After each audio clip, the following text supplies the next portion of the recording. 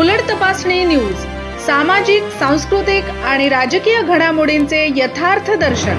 वर्धा नदीवरील नादुरुस्त असलेल्या लहान पुलाचे त्वरित नवीन बांधकाम करण्यात यावे अशी मागणी युवक राष्ट्रवादी काँग्रेस पार्टीच्या वतीने करण्यात आली असून त्या आशयाचे निवेदन युवक राष्ट्रवादी काँग्रेस पार्टीचे अध्यक्ष मयूर राऊत यांच्या नेतृत्वात वर्धा लोकसभा क्षेत्राचे खासदार अमरभाऊ काळे यांना नुकतेच देण्यात आले।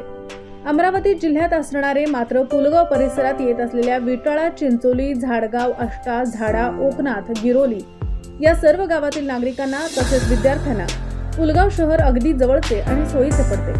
रोज असंख्य विद्यार्थी शिक्षणासाठी पुलगाव शहरात येत असतात। त्याचबरोबर पुलगाव ही मोठी बाजारपेठ असल्याने नागरिक आणि शेतकरी मोठ्या प्रमाणात पुलगाव येथे येतात। मात्र वर्धा अमरावती जिल्ह्याच्या सीमेवर असलेल्या पुलगाव येथील वर्धा नदीवरील पूल अत्यंत जीर्ण झालेला असून तो 100 वर्ष जुना आहे। या पुलाची अत्यंत दयनीय अवस्था झालेली असून पर्याय नसल्याने अमरावती जिल्ह्यातील विद्यार्थी, नागरिक, शेतकरी याच पुलावरून पुलगाव येथे येणे जाणे करतात। मात्र सार्वजनिक बांधकाम विभागाकडून हा पूल रहदारीसाठी नेहमीच बंद करण्यात येत असतो।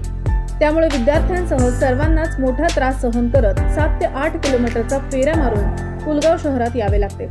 सद्यस्थितीत हा पूल रहदारीस बंद करून एका बाजूने भिंत बांधून ठेवली असल्याने रहदारीचा मोठा प्रश्न निर्माण झालेला आहे। जीर्ण झालेल्या या पुलावर अनेक ठिकाणी खड्डे पडलेले असल्याने अनेक अपघात या खड्ड्यांमुळे झालेले आहेत। त्यामुळे 100 वर्ष जुना असलेल्या आणि रहदारीसाठी धोकादायक ठरत असलेल्या या पुलाचे नवीन बांधकाम करण्यात यावे अशी मागणी निवेदनातून करण्यात आलेली आहे।